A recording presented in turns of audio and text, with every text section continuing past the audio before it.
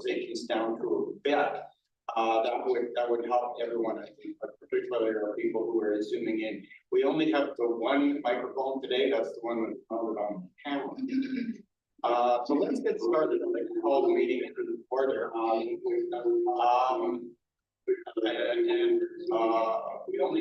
We are going to be meeting with our IT people to see if we can improve the acoustics in here as well. Not sure when that's going to happen, probably early in the new year, but see if we can solve our acoustics, our audio problem. I know Diane sent out an email saying that Shannon Mackey, who is the vulnerable person registrar employee, was going to be joining us. She has not been able to do that today. He will likely be joining us, Diane, I'm guessing in January. In January. So that's where we are with regards to that. So she wasn't on the agenda. She was on the agenda. Now she's off the agenda. Let's proceed to the approval of minutes of the last meeting. Are there any? Should we go around the table? Carol would like us to go around the table. Okay, let's go around the table. And for Carol's benefit, let's start with Carol. Go ahead. Carol Magnan, committee member. Dre Levante, Fragile Development Center. John McConnell.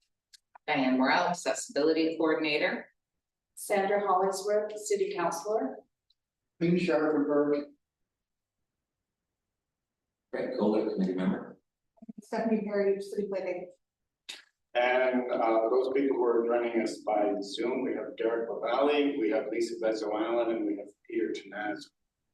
I hope everyone has had a chance to look at the minutes from the last meeting. There are some follow-up items from those minutes that Diane has put on the agenda that we'll be dealing with shortly. Were there any questions or errors or omissions or things people would like to add? Can I get a motion to approve those minutes? Moved by Craig, seconded by Sandra. All those in favor? Aye. And those minutes are approved. As we do in each meeting, we have a declaration of a conflict of interest. As we've been saying for the past year, you don't really have a conflict of interest on any matter unless you or an immediate family member has a financial interest, or will be a financial benefit to you. Does anyone have a conflict of interest? And I'm going to take that as a no. So let's move on to new business. We have a couple of interesting things on here. And Diane, I think I'm just going to turn this over to you because the inclusive language document was very interesting. I just don't know where it came from. Well, actually, a committee member asked if I could do a presentation or at least deliver a little bit of information on appropriate language when referring to people with disabilities. And actually there was a request for it to go to the broader community of the city of Sault Ste. Marie. So I can share that afterwards, but I wanted to bring it to the committee first. Anyone that's been around this table for a while remember the language that was included in the AODA that referred to people with disabilities. It kind of changed the way that we spoke about people with disabilities. It gave a much more positive language for people with disabilities, and some of the older, much more archaic language was left behind. I referred to a different document, which actually was in the on the agenda, which was Away with Words and Images. But when I Googled, I found this one, and I thought it was even, you know, several steps ahead of that other one. So I shared this one instead. And why do words matter? I'll just read a couple of very short passages from this. So words matter. Undeniably, the language that we use to refer persons with disabilities has an impact, as it shapes our perception of the world. This language has evolved over time, and terms that were commonly used some years ago are no longer acceptable. And I'm sure we can all think about terms that we've heard people with disabilities referred to, which are really no longer acceptable. Some of them are still around, and I find in my own personal experience, it's generally some of the older generations where that was the language. And a little bit of advice is that a lot comes from the intent when you're speaking about people with disabilities. So you may hear inappropriate words used occasionally, but the intent behind it means as much, if not more, than the words. So as long as you're speaking about people with disabilities in a positive language, that goes an awfully long way. So I share with you the document. Some have some, I think on page 4, I don't know which page it is, about 6 or 7, that uses some old language, disabled person or handicapped, person with special needs, and there is any number of older language which has been used in the past. And the preferred that came about with the AODA is the person with a disability. So it's called person first language. So it is the person that uses a wheelchair, the person that has a physical disability, the person with autism. So it's always person first. And we're all leaders in our community as far as accessibility goes. And it's important that we portray ourselves with as much positivity as possible. For further reading, it's a really good read, and I'll make sure it gets to the rest of city staff as well. Thanks, Diane, that's great. I was going to ask about getting into the rest of city staff as well as, we do I'm not sure if everyone is aware, we do a student training program every year before you start work for the city. It's fairly intensive, and if you've worked for the city last year, then it's less intensive to come back and do another year in the city. Almost have never gone that gone, any decade, but I remember it well. That's it. And hopefully it's even better now, but maybe we could make sure that this is at least included in materials that they receive out of the group. Sure, thanks. Transportation information fair. I asked about, go ahead. It's Sandra. And I'm glad you said about the students, Dawn, about their training, their orientation. Question, staff in general in our city, do they go through maybe once a year or every other year update as well? I mean, we have existing staff that has had orientation years ago, but is there a way somehow we can make sure that, I know that you're going to email information out, but is there any way that we can make sure it's an action item that existing staff read through this and maybe sign off that read it or something? I'll give you an example. At the hospital as a nurse, even though you've been there for years, when a new document comes out that's very critical, we have to read it and we have to sign off and present it back to our manager to see that we actually read it. It's just a thought. I might be getting to the weeds. However, as you pointed out, this has changed and people may not be aware. Thank you, Sandra. Yes, I understand that accessibility training is a once and done type of training. Right now, it's done online. I think COVID brought about that change. All other training used to be in person, but there are some benefits with having the online system. It's easy to schedule and people can do it at their own pace.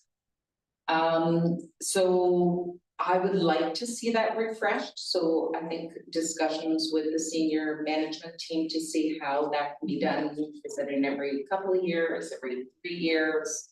What is, what would be best? Okay. Thank you. You're welcome. Good stuff, thank you.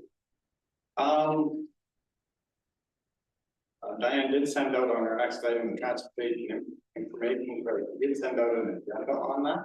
Was that simply for information, or were there comments that you wanted to make on that?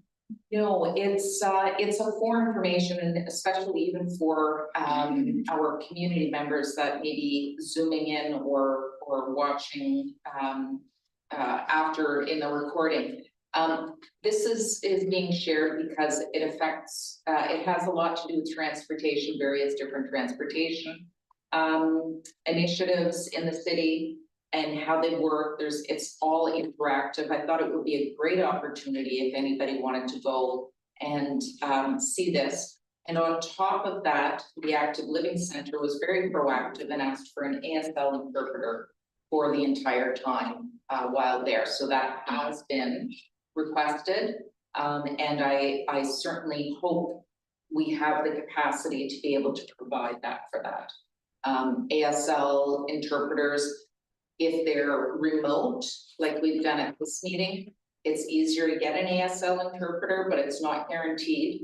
For a live interpreter, it can be very difficult if there are other health-related or work-related requirements for our ASL interpreters in the Sioux, because we only have 2 ASL interpreters in Sault Ste. Marie.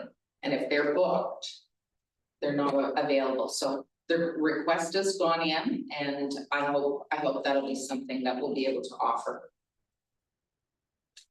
Okay. Is this gonna be advertised on Sioux Today or something? I believe it went out as a press release, because the date of that is November 22nd. So is that It's Wednesday, next week? 2 weeks. 2 weeks from next. Yeah, so I believe there was a press release that went out. And then, of course, whether they pick it up or not is a different story. All the press, usually they do, but sometimes there's other things going on. Yeah, 3 p.m. 11 till 3 p.m. is the time, and light lunch is provided. So I think Troy makes a fine point, which is sometimes people pick up on these releases, sometimes they don't, sometimes it's worth it. Peter, I know that your office has been using ads for stuff from time to time, and that seems to get a little better coverage. Yeah. I want to suggest that to the organizers, yeah. Okay, and you wanted to talk about our next meeting. I love talking about our next meeting. Go ahead. great. So our next meeting, we were hoping to have a social for the group. Just no meeting, just a time to be able to speak with each other and get to know each other a little bit. It was suggested that the whole committee would benefit from that, and I agree.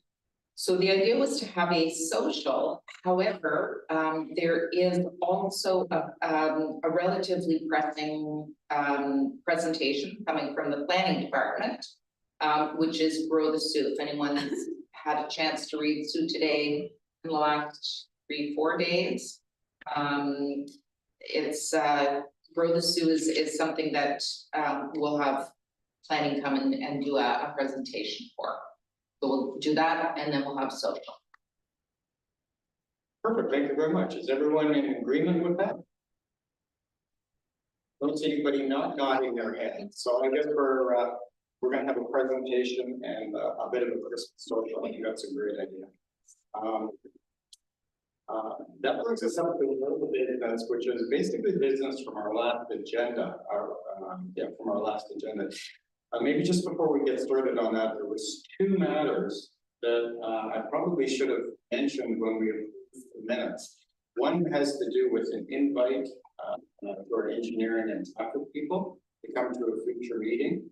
I believe that is going to happen, but likely not until January. Not until January, yes. And the other thing is, there was a comment in there about looking at the accessible bleachers again to see if we could get accessible bleachers into the John Rhodes rink here, based on the success that we had at the Northern Community Center. We are looking at that, but we have nothing to report on that yet. Dan, was there anything else you wanted to add on either of those? No. So I'm going to turn it back over to you then, because I think the rest of these items are all yours. All right. Just jotting a note to myself. Okay, we were originally scheduled for our public consultation with transit and recreation and culture for today after this meeting. However, the date, I'll accept full responsibility for it. The date crept up on me and it was less than 2 weeks notice. So we pushed the date back. The new date is November 29th, 4 to 7. On the second floor classroom that overlooks the pool. So we'll do a public consultation, open house. It's not so much about formal presentations, more about, we need public's feedback on specific things, meaning the accessibility plan, meaning transit's accessibility plan, policies. I think there's 4 or 5 different specific items that we're required to consult with the public on. And all of those will be questions that will be asked. And as well, we're always happy to receive feedback on any other topic regarding accessibility that people would like to share. Great. Share with you, Diane. And is it possible to also include that information and a request for feedback on the city website? Given the time of year, given the weather, Yes, public meetings, not being a gigantic blanket, but were I not a member of this committee, my today plan might not have included trucking around town. yes, Right. yes. I assume I'm not the only person who sometimes looks out the window. You're Am I right. wrong? The press release does include information that we're specifically seeking feedback on. And as well, I'm trying to figure out how to get something onto the website that is in an accessible format to be able to receive feedback on those things. That we can keep up specifically for that consult, and then we can use the same forum in the future. All good stuff. Diane, I just wanted to let you know on the 29th, Mayor and Council, we have a holiday dinner with our Sioux Michigan counterparts. So you won't probably see any mayor or council, unfortunately, there. Okay, But that starts at 6 and I think. Yeah, what time is this? I couldn't hear you. Does it start at 4? No, yours starts at 4. Okay. Okay, that's, yeah, I couldn't hear Diane what time it starts. Okay, great. 4. Okay, good. Any other questions related to our upcoming public consultation? I would encourage you people to attend if they can. I will confess that I will be out of town that day. Can we get a reminder email on it? sure. That would be great. With the instructions how to get? Your town hall. Down There's an elevator here, over here? down the hall, upstairs. Through the long doors. Yeah, but I'll send that out, but Carol as well, when we're done the meeting, if you'd like, I can take you to where either the elevator is, because I assume that's easier to navigate than stairs, right? I can give you the brief tour. Okay. Moving along, this committee did recommend that we authorizing a grant to for some improvements in Point Exchange, and then I think you're gonna update for it. I do, and we can all celebrate. The grant application was approved, so we'll be able to move forward with all of the planned accessibility updates to Point to Shane. And those things include, there was a section of the paved paths at Point to Shane that had deteriorated, so that will be repaired. There will be paved accessible parking, and the accessible parking will be also relocated to an area that's closer to the amenities, the bathroom facilities. And at that end of the park as well will be Moby mats going down to the water and into the water along with the Moby chair. Really excited about that. The bathrooms and the change rooms were not at all accessible. There'll be improved ramping to the bathrooms, there'll be widened doorways, door actuators, and accessible stalls for both the bathrooms and the change rooms. So we're really excited about seeing this project come to fruition. It's been a long time long time needing to be done. That's a huge success. I take it that the game plan is to have this in place early next summer. It is, the grant actually has, the grant work has to be completed, I think it's the end of June. Might be the end of May, but they were very, very late in announcing the funding itself. And as you can see, it's snowing, it's difficult, if not impossible, to get certain work done through the winter. So we'll do our best, but there may be a request for an extension on that because of the late start. And the lead on this is who? Virginia McLeod. Thank you. Yeah. Any questions on that Point to Shannon project or comments? Greg? Just one quick comment, this is directed, Councilor, no chance of that ever being returned to a trailer. It's not the part of the trailer park. No, I mean, I was just thinking the whole, that is wonderful facility not being well utilized because of some water problems, Diane. Right. There's a history there about firefighting foam that are going to here, I don't know if anyone knows the answer to that question, Craig. but gosh, but Yeah. it's still a city property. It's a lovely. I believe all municipalities should have an RV. Please understand my bias here. It's a nice spot. I will acknowledge that bias and I will stand by it. It's fair. Because I can show you a list of Michigan municipalities that have RV parks that are very well used, including Michigan. I used to be able to see the RV park from my driveway. And transit will still have a bus going over there. Yeah, was there room for a adult change table in those plans? No, there was not, but it's not that that would be considered. I'll add that to the list. I don't know that will come in under that funding because it was fairly well allocated, but it's still something that this committee can look at. Yeah. Sorry about the redirection. No problem. Anything else related to Point to things? Transit will still have their bus going. Yes, as far as I understand, that's a fairly permanent. So that it's an ongoing plan. And they have to ramp up the bus a little lower and everything if anybody needed. Yes, I don't know if it's a community bus or if it's a regular 40-foot bus, but either way, they're both acceptable and yes. Because I don't even know that we have any infrastructure buses that are non-accessible at this point. I think they all are. Yeah. Anything else?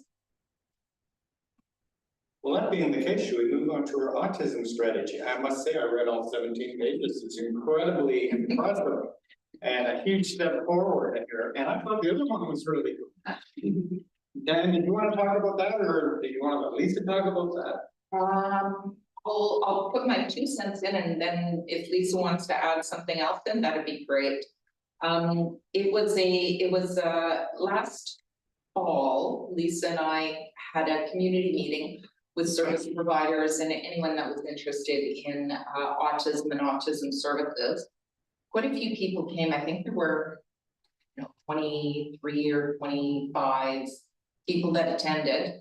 Got quite a bit of information back from them. And as a result of that meeting, I had hoped that I would have this updated in 3 months, but here we are a year later. It is actually updated. And to the best of my knowledge, I believe it's quite accurate. It's quite extensive. Quite a bit of time went into organizing it and bringing it all up to date. I have not yet sent it out to any of the service providers, but that's my next step. I wanted to bring it to the committee, let them know that this has been done and this is what it looks like. And I think it's fairly well organized. And I'm happy to have any feedback. But Lisa, do you have anything else you'd like to add? Just that, I mean, it is, I think when we take a look at the complexity of the strategy, it speaks to what individuals and families are dealing with on a daily basis. So, you know, it was great to get people around the table. And then I think once we can get this out, it would probably be good to have another community engagement piece with that, because it is going to be constantly evolving, dependent upon what the province decides and that sort of thing. So I think it's quite timely, because with the Access OAP changing and getting people to know about the DSO and all that. So I think now is a really good time.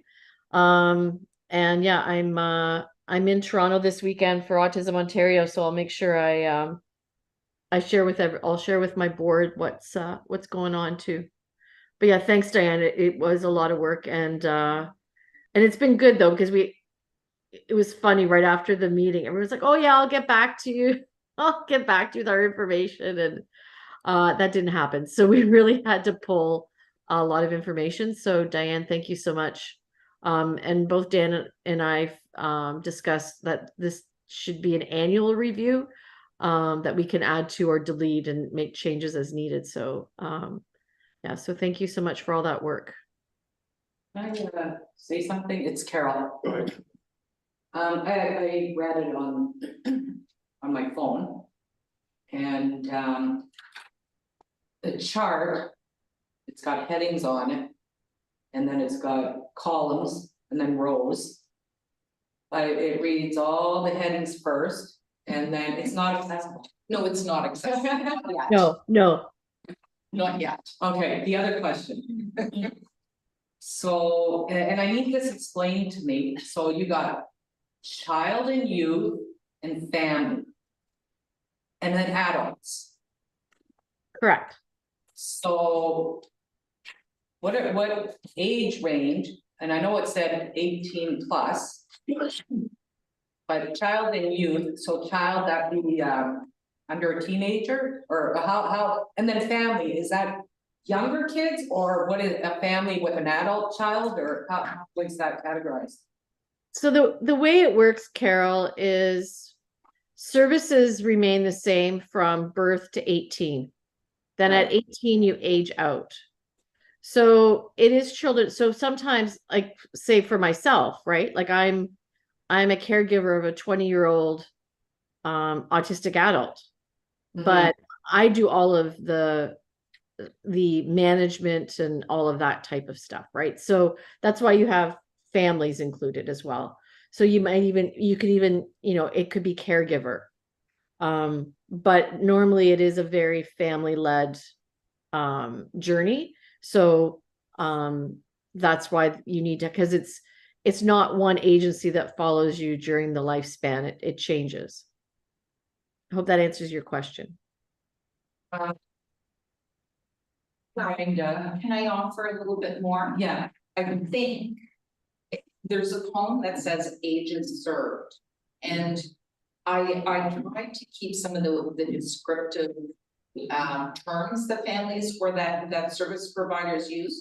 But you're right, we've got children and youth. That's how they described it. We've got all ages. We've got some that say 16 years and older. We've got some that say throughout the lifespan. Some that say 18 and older. So those are their self-described services. Is that what you're referring to? Well, sometimes I think there's lots for child, youth, family, but then once you're an adult, it's not hard for them to access anything, and it's impossible sometimes. Welcome to my world, Carol. Welcome to my world. There are actually quite a few remote, and Autism Ontario is listed. We do have a lot of online services for adults on the spectrum. But no, there's basically, so to give you the Coles Notes version, to qualify for any services over 18, you have to qualify for Disability Services Ontario, which is about a 2-day questionnaire back and forth, and they measure, for lack of a better term, your disability. So if you don't qualify over 18 for Disability Services Ontario, then you do not qualify for community living Algoma supports and things like that. You would still qualify for Ontario Disability Support Program, but that's why when you're seeing all the through the lifespan or families, so like some organizations say like Ignite Gym, they service, children, youth, but also families, like they'll do family programming, that kind of thing. So there is a huge lack of services for adults, to be very blunt. Huge. Huge. High functioning? And it's all self-directed, right? Like no one's going to be knocking on your door saying, hey, you're autistic, let's give you some services. It doesn't work that way, unfortunately. But I will share, I'll share it with you, Diane. I'll send you an email. There is, if anyone's interested, there is a workshop through Disability Services Ontario to talk about housing.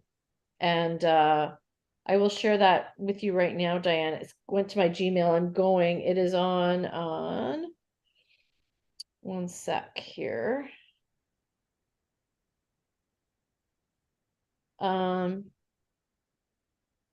Yeah, so they're doing a developmental services housing forum on November the 28th. It's remote from 9:30 till 3. And that's through Disability Services Ontario. So I'll forward you that email right now, Diane, if anyone's interested. So yeah, there is some movement, but there's not a lot.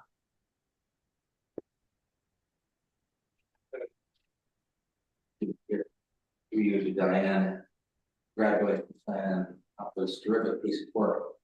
Do you consider sharing this with the ONAP? I have not, but that's an excellent idea. Because obviously, I think we have a particular expertise from this table on that subject.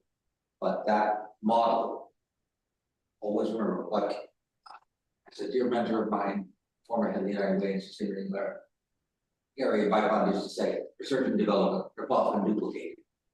And you'd be surprised how many times a good idea from one community. I mean, the fact is the classic example that came out of the city of London and basically became de facto standard before there was we sort of moved the directorate whether they wanted to be or not, that we sort of steered that ship from, and this is an idea that I think could and should be duplicated in other communities beyond Autism Ontario, which is that there are other service providers, and tweak someone, you put an idea in somebody's head. Ripple in a pond.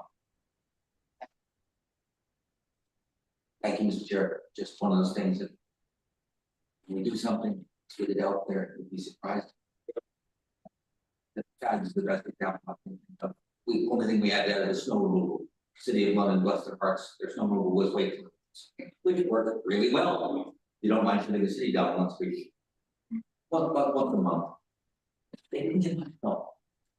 Thanks, Greg.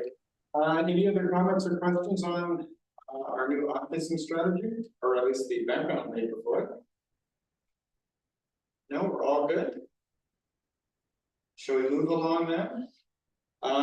There are free removal updates at the last that was discussed at all. You go back, the chair, into this one. Oh, my mistake, I'm sorry. I managed to skip over the Enabling Accessibility Fund. That's with our friend Ben.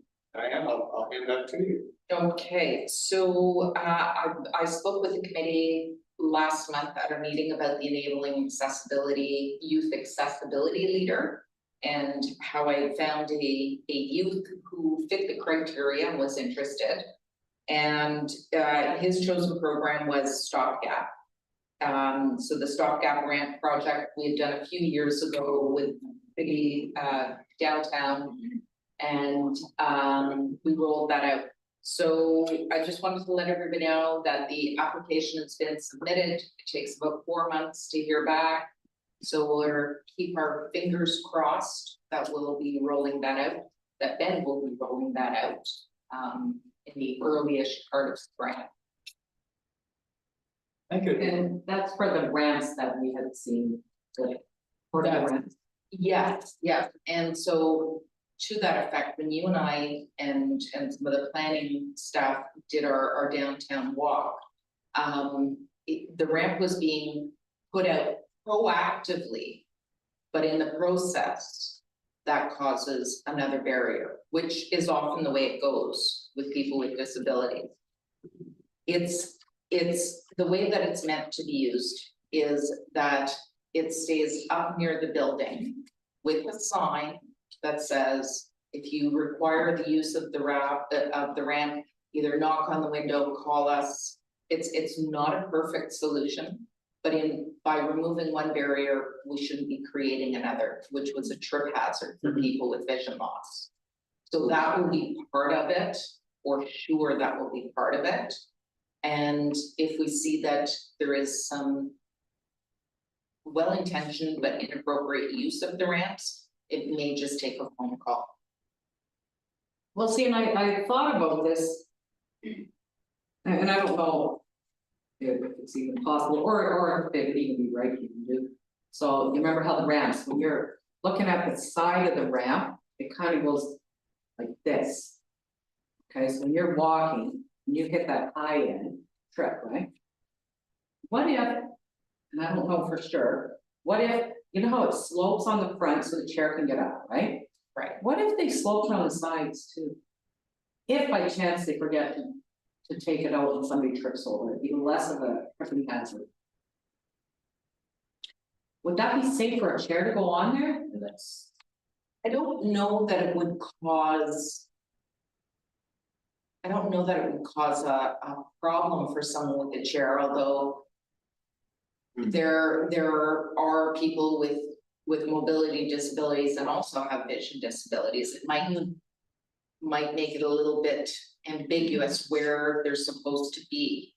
I'm not really sure, Carol. Yeah, I know, it's just something I was thinking, and I that's why I wanted to mention it, I don't know if, I don't know. If I were driving, I'd be driving off the ramp. Yeah, because visually, now you've got a wider space, but all of it isn't necessarily accessible then, right? Yeah. So I'm not sure either. That's not the stopgap ramp design. It's a good question, though. It might be worth contacting the Stopgap Foundation, who are they're the group behind this, they're the designers of the ramp and all those things. And just see what their comments on that would be. So I was just thinking, I'm trying to figure out how to ameliorate one, not create the second part of Mr. Chair. Yeah, no, that's fine. No, I mean, the design of that, it's a wonderful program as long as we remember to collect the ramp and put it back. Right. Because our city is not designed. If there was room for permanent ramps. That was the argument, especially in the downtown core, you really don't have space to do a proper 1 to 12. I guess that's the correct pitch, I believe. There are some that fit that, but you don't want to create another, I saw them, probably don't want to create another, I mean, it's the famous one about the curb cut start marked for someone who uses a white cane. That's Former committee member Diane, prior to arrival, the city was forgetting to groove our depressed curbs. Poor Neville almost walked into traffic on occasion. It caused an emergency meeting, let's put it that way. So things haven't done exactly, there's a reason for those levels. And our sidewalk bylaw requires us to maintain a 1.5 meter clear sidewalk. So they are actually, going against that standard, that law, our sidewalk bylaw. So we'll certainly be stressing the importance of not keeping them out to not cause other safety hazards. But you're right, when we first started that program, and for the benefit of our viewers on Zoom, Terry and Diana both joined us. They had indicated that they would be late, but they both joined us now. When we first started that program, I think it was 22 or 24 of them that were put out. There were a number of the businesses that just put it out at the start of the day and took it in at the end of the day. And that created problems that we didn't really had foreseen at that point.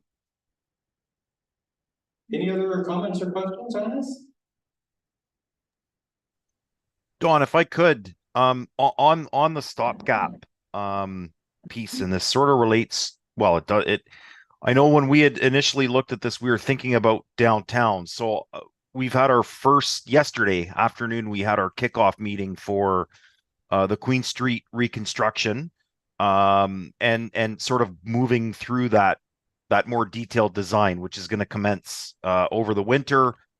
Diane, the group will certainly be in touch with you, and I think they're planning a presentation to the accessibility committee.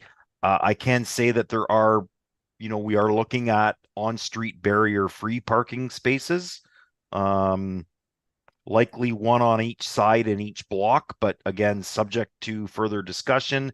And there was also a discussion about, stopgap and the fact that, so the way that they described it to me was like they kind of went where there's maybe a 2 or 3 inch lip or less, they will work the pavement so that it's flush on a go forward basis. Where it's more than that, that's not an option. And don't quote me on that 2 or 3 inches. He just kind of went like this, and I took it to be maybe 2 or 3 inches. So I think going forward, some of these smaller lips that really, I think what stopgap does may no longer exist. Certainly on the first, the first phase is going to be somewhere between Bruce and East, ideally Bruce and East, but the way that it was approved was there's kind of an upset limit of a certain amount of dollars. So they have to kind of do the detailed design. And if anything gets scaled back, it may potentially go from, Elgin to East, or what, however pricing dictates that. But I guess I just wanted to say, suffice to say that there will be future discussions with this committee, and where there are small lips to get into business doors, those should be addressed through the cement and paving stone, which it's going to be a combination of both. It'll be a contiguous cement sidewalk and then paving stone on either side. That's kind of the design concept at the moment. Peter, that would be wonderful. That is actually the ideal solution, I think. And I must say, for people who haven't seen it, the new extension of the waterfront walkway that runs beside what is Montana's, it's actually, it looks like it's part of the marina. They had the same issue. When I first looked at that, when they were under construction, I thought, there's going to be a stunt here. There's no way they can ramp this from the sidewalk along St. Mary's River Drive up onto the new boardwalk. But they did, and it works great. And it's not that bad. From a soul. Carol, you. I wanted to comment, the Winnie the Pooh Bridge cross street from 49, Station 49. There is a lip there, because I went and checked it out. And it's a fairly big lip there. The Winnie the Pooh Bridge is the white bridge that goes over Fort Creek there. I've never heard it called the Winnie the Pooh Bridge before, but that's okay. Oh, Because I mean, that's something that's a fixable issue. Yeah. like it is quite a, Well, at that point, right? yeah. Yeah, that's a fixable issue. Maybe we could make a note and talk to our friends at Public Works. And talking about the boardwalk. And I never noticed this, I'm on there all the time, and for years I've been on there, and I never knew that where the big bells are. I never knew that there was 2 kind of outlets, but low. Yeah. I never knew, all the years I've been going down there. And one day, my son pointed it out to me, he says, Mom, let's go have coffee down there. I says, down where? He says, well, down there. I says, I never knew those, because I always went to the other one. But those 2 where those bells are, there's no ramp to get down there, there's only stairs. They were just a little bit of history on that. They were originally designed this places for people to tie up their boats. Uh, And they weren't used like that at all, so they put a railing around, I believe there's railings around both now, yeah, and one bench. and there's a bench down there. Nobody ever used them to tie up. Just didn't happen. But yeah, you're right, there's no ramp down to there. Because it's so peaceful down there. Because if you go to that far one. Across from, well, closer to the Delta. I guess it'd be lined up with Sears, Yeah, okay? They've got two benches down there, but that's not a good place to go now, because. If you look underneath the boardwalk, people are living under there. It's not blocked off, and I actually was there when people were crawling underneath. And I said, I'll never go there again. wonderful. This That's is a broad day. Yes. So, Accessible for somebody. but that's the one with the ramp. Yeah, The other two are so peaceful and nice, and they're all blocked off, nobody can get underneath it, but you can't go down there, there's just steps. And one bench on each one. I think that's worth mentioning to our friends at Public Works as well. Okay. Thank you. Question, this is going back, the stopgap, what color are they? In the past, they were all different colors. Well, yes, they have 4 colors, I think it's green, red, yellow, and blue. And from, And they're standard colors, their colors. okay, out of curiosity, from accessibility, I believe there's certain colors that may not be conducive for people with sight. There is. And so hypothetically, should we consider looking at the colors they use and maybe encourage a particular color to be used over another color? Yes. It's a very good consideration. Nice, Green and red. And I'm not the expert, Carol. Yeah, Carol. Red is my favorite color, but I can't see it. Okay, so, that's just me, but there could be 50 other people that resonate. Blue, when it's a solid color, it's not very good. Okay, so if they're gonna do that, I don't know if, the Station Mall and, the place I went to, Sioux Mill. And I know they're not ramps or anything, but they have their painted, okay, but their slope that goes into the store for the wheelchair. It's not a removable ramp, they have it painted with the yellow, okay? It stands out like a sore thumb, and that's what I like, the sore thumb. You know, so, black and yellow. A solid color, I don't think is good. Excellent point. Yellow is what we were always encouraged to use. Oh, A black and yellow, like a hazard stripe would be effective. Yeah, And then hypothetically, someone walking along the street may see it a little bit better, so they don't have to go over it. So there could be many benefits to do it. Suggest. and see if you've got blind spots all over, you might not even see that blue ramp, it's in your blind spot. You know, maybe if you move your head like that, it'll kind of catch a flash of it. If it's got stripes, even if you miss it, you'll get a kind of a glimpse of it maybe, and oh, what's that? You know, like it's an attention grabber. So if I can add on to that, maybe some more research, Carol, has the knowledge, and maybe some more research on seeing what best practices are for those individuals. Build on Carol's idea of stripes or whatever. Thank you. Great. Anything else on the stopgap program? No. Moving along. Barrier removal updates. We talked a little bit last time about barrier-free parking violations. And Diane, I think we have an update on that. We do. So, we'll go back to, every month I ask for an update on the, accessible or barrier-free parking violations, the tickets that have been issued. And if I go back to, June was 3, earlier in the year it was kind of similar. July was 1, August was 1, September was 4, and October was 1. As we spoke about at this committee, that's not reflective of our experiences in the community.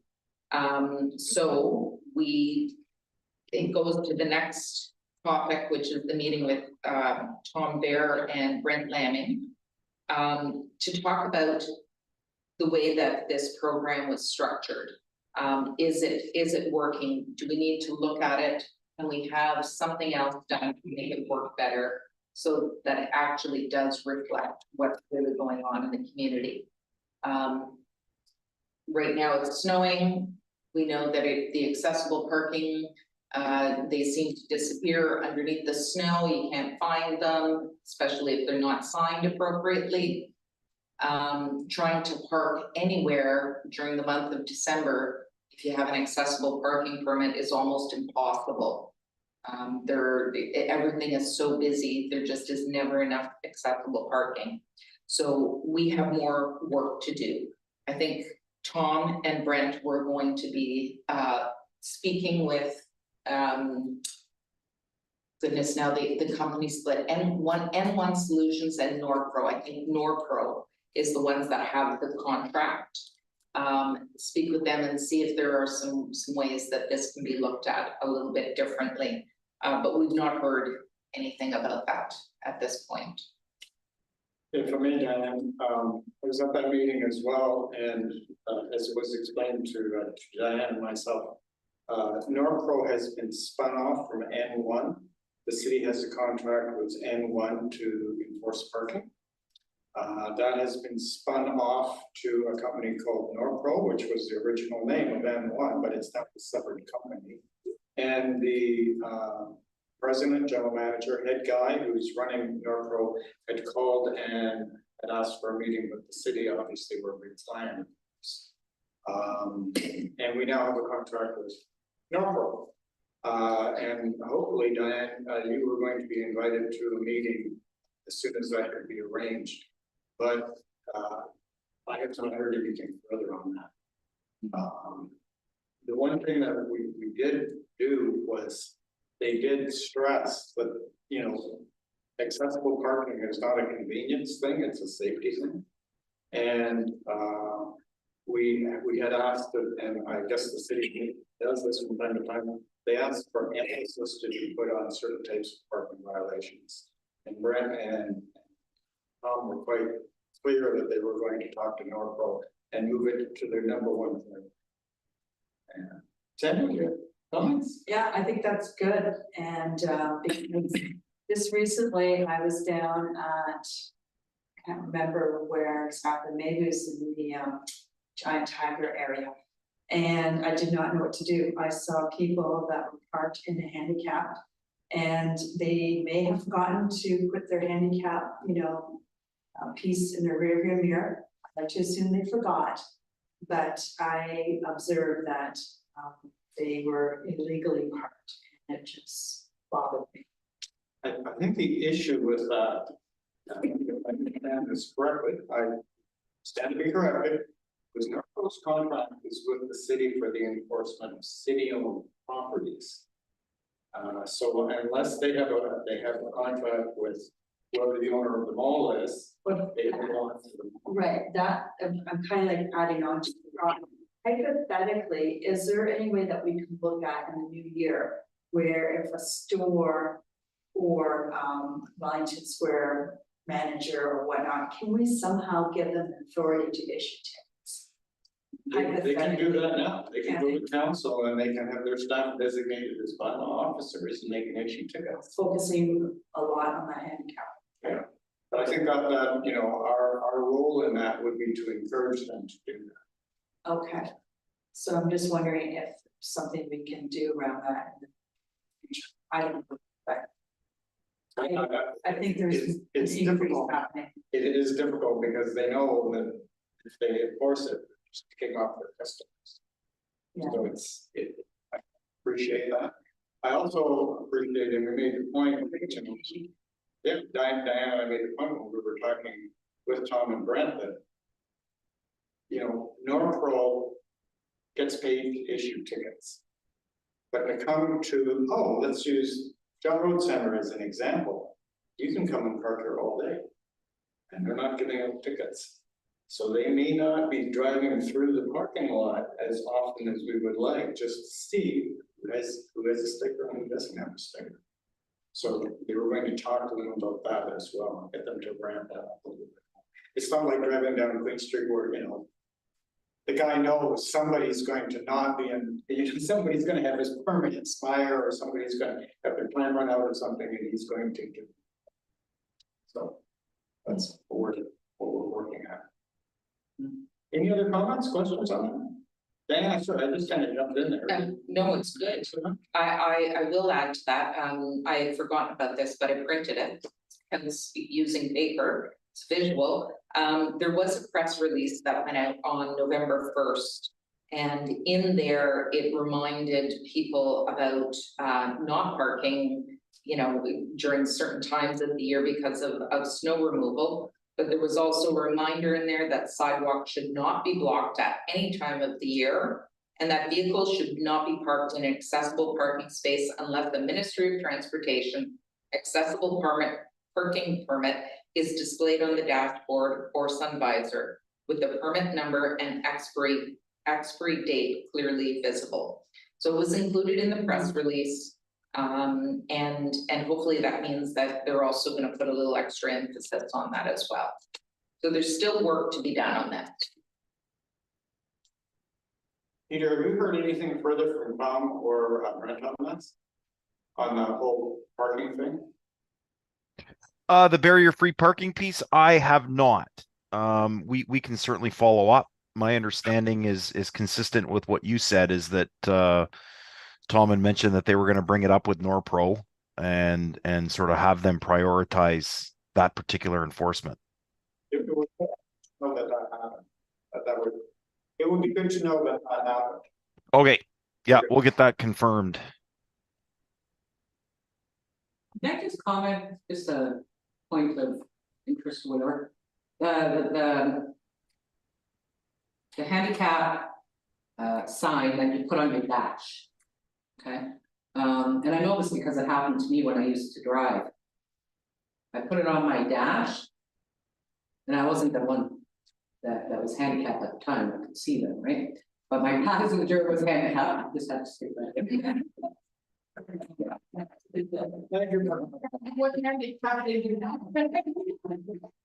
So I put it on my dash.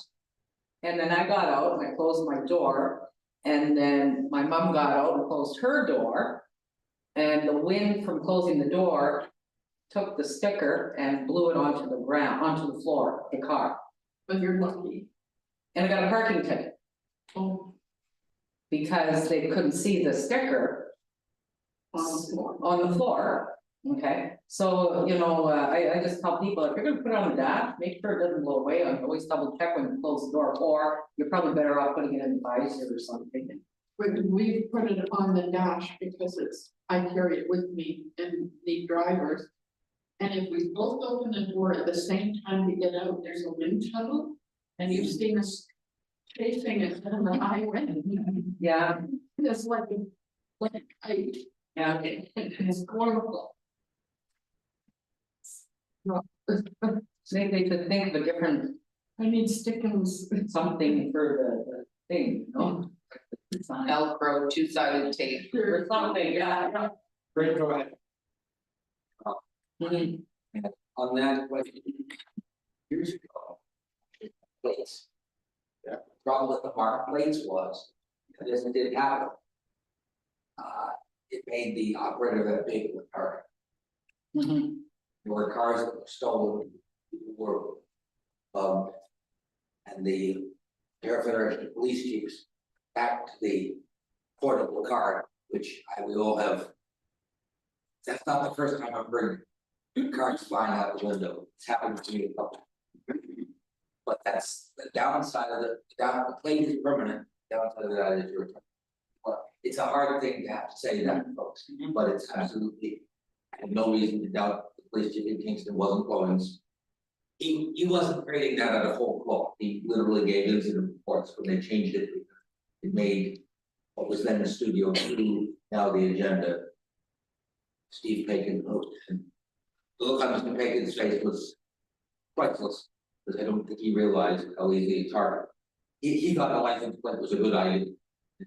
One level, the plate's a good idea, but he didn't realize that, I think when the police chief said, when folks at Target, look at his face, priceless. It was like, he didn't say you're kidding, but if your face can say, he said, like, really? Oh yeah, I mean, the police chief of Kingston at the time, who was chair, that we actually had to go back to the ministry and said, please use the other. As weird as it is, please use the other. And that's why I suggest just put it on your sun visor, right? Yeah. You know. But with me, because I have various drivers. Mhm. So I need the portable. Yeah. It's good. Any other comments or questions on that? I have just one last bit to go with that. Stephanie, can you see, was there a link open in? Two. Yes. I have a video to share. Anyone who's been around this table for a while has seen this video. And I don't know how we do that. Stephanie is trying to figure out how our viewers can also see the video. It's a 2-minute video. And I apologize for our members that have a vision disability around the table. It is in French, but it's captioned in English, but that's quite useless to you. I can read the captions if everybody is okay with that as the video plays. Okay, are we okay with that stuff? Okay.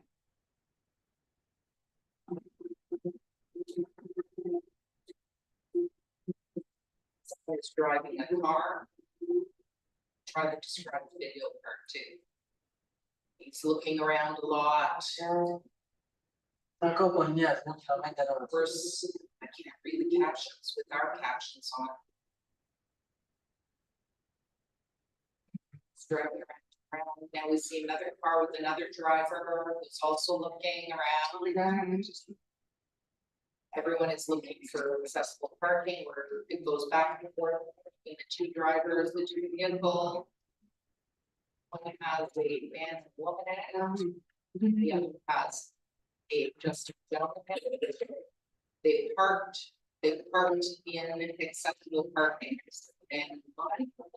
She's giving him a hard time because I don't know if it's even an accessible parking spot. But he's just dismissing. The other driver is riding around. Couple are heading into Home Depot. The single gentleman in the van has parked with his accessible parking. On his dad, so you know now he has a disability. I wish I could turn it down. Sorry, it's just too much to have the volume on. Can we? Yes, perfect. Okay, we'll try that again. Okay, so the gentleman that has a disability parked and he went to get out, someone parked beside him, he can't sit there. So he's got to get back into his driver's seat, find another place to park. He's driving around and around. Meanwhile, the other couple were in Home Depot buying big bags of insulation. The gentleman that has the disability is calling to say, yeah, I'm having a hard time finding a parking spot. I'll be there as soon as I can. Écoute, j'ai juste une petite course à faire. 2 minutes, puis j'arrive. Puis 8 heures, matin, comme c'était parti, là. Bouffe, douche, bordage. And he's talking about how everything takes so long when you have a disability, everything takes so much longer.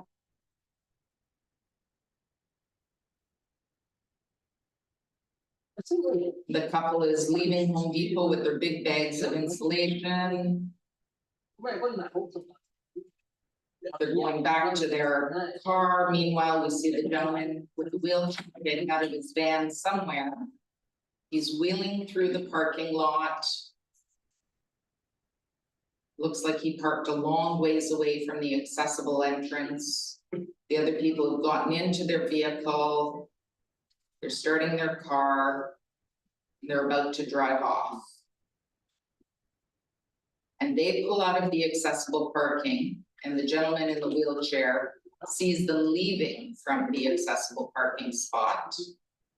But he's wheeling behind vehicles, he's wheeling behind vehicles, wheeling behind vehicles. And then someone backs into him. It is shocking, and it is meant to be shocking. It is meant to be shocking. And I can tell you that I have had a very similar experience to that 3 different occasions. So accessible parking isn't just a convenience, it is a matter of safety.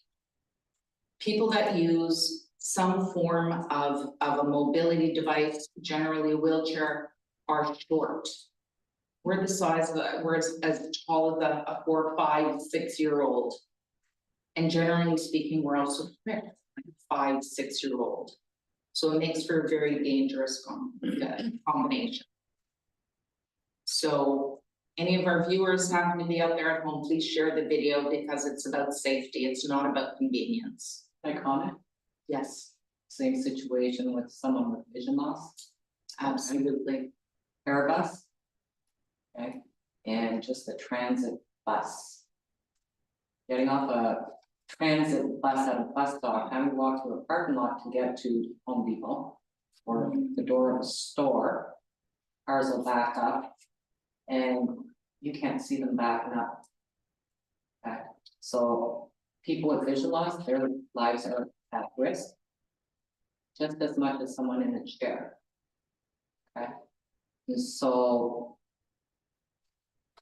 people nowadays have to understand that, I don't even know where I'm going with that. I'm just glad transit lets people with vision loss catch the ferries. Yeah, it's important. It is very important because, It means that you can be delivered closer to the front door of any business you're going to. Parking lots are not safe locations for anybody, some of us that are less safe. That's very true. Thank you for that, Carol. Very important. That was the point we were trying to make with Brent and Tom. I think it really hit home. We didn't show them the movie, but we talked about this situation and they got it. Really got it. Now they just have to pass it on.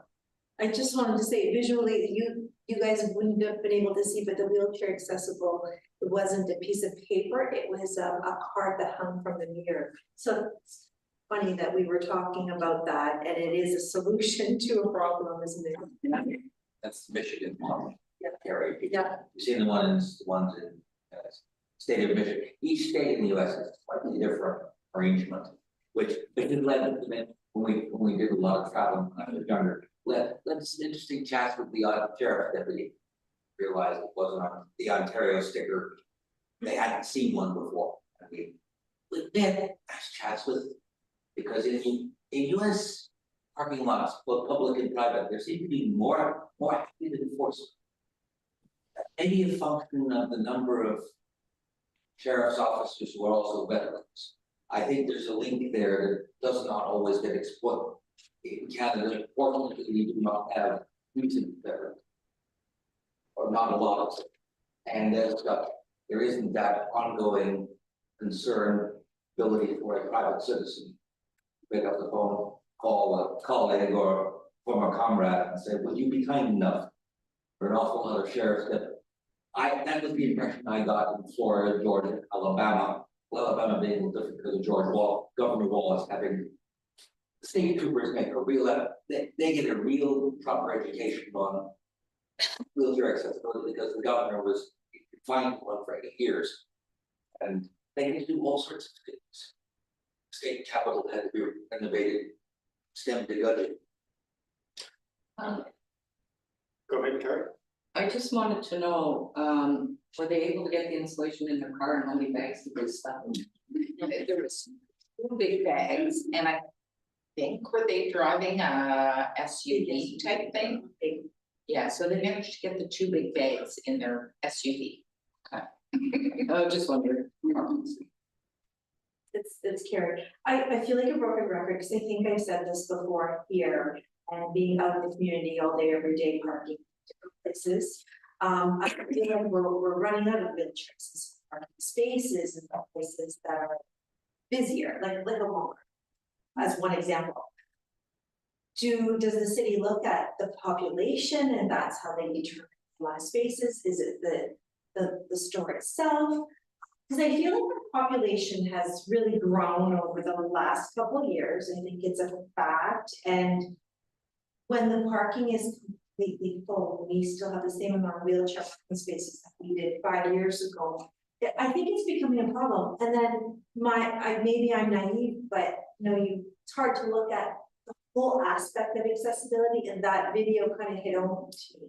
Like, sure, that all the wheelchair accessible parking spaces are full and you have to park somewhere else, but then that just made me realize how important it is to not have somewhere else. And yes, we can stop those who are illegally parked there.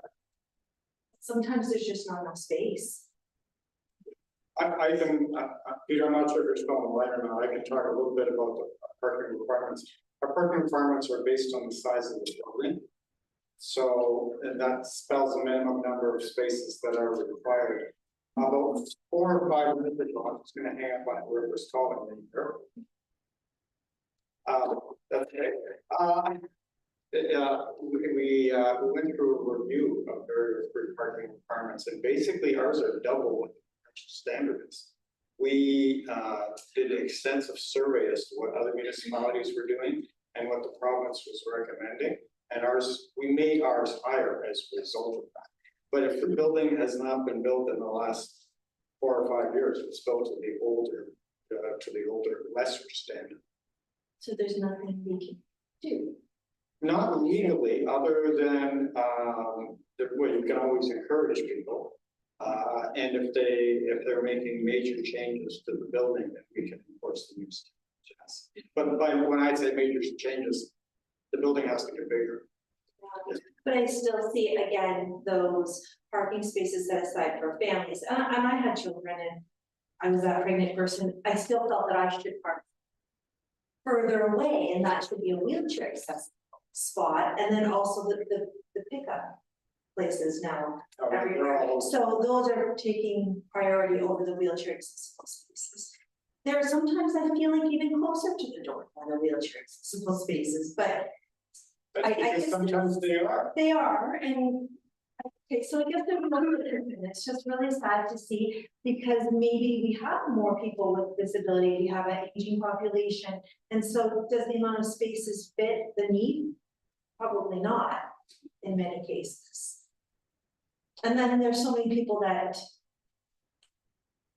have a disability but do not have the card, and that's troublesome too, to park in the parking lot and to walk through the world. And I agree, our demographics have definitely changed, and I know many people in their 80s, late 80s, that don't have a wheelchair access, and they have to park at the very end of the parking lot and hike themselves in. They feel so bad for them, but. So let me ask you a question, why don't they simply get one? Well, you can walk in to a doctor's office, they won't give you one. The age has nothing to do with it. If you hobble in on your knees and it's great pain, they might be generous and give you one. But I've tried 2 different sides, like I chum around with. The one lady walked in and she thought, oh boy, I better take my pain. I'm having a good day, I can walk, but I'm gonna take my pain in. and she got her card. She did that last year without the cane, and the doctor said, no, you walked in fine, so you okay. 87. I mean, Other comments, thoughts? Doctor standards seem to have changed a good deal, Diane, since I was. Question, people getting that sticker. It seemed a much tougher standard than the one I recall growing up. When I got my Parkinson's. There's no argument, of course. The GPs. There used to be a little more flexibility in that regard. Yeah. Depends on your doctor. I did discuss this particular point with a friend of mine who's a physiotherapist, who apparently also can. You can get a card. And he said there's a definite standard that you have to meet or fail to meet if you're getting a card, exactly. and that's what they apply. Exactly. Any other questions or comments? We have no site plan committee report this month. As normal, things kind of slow down in the winter months, and right now, this time of year, everybody's worried about getting things closed in before winter hits, which could be any moment now. Actually, I think winter just hit looking out the window. Can I have a mover and a seconder to adjourn? Craig? And Sandra, thank you very much. And we will all see you at our meeting in December on the 13th, which is on Friday. And Derek, Peter, thank you very much for joining us. For real, I hope you guys have a great day. Take care, everybody. That's it, please. Yes. I just asked her for coffee.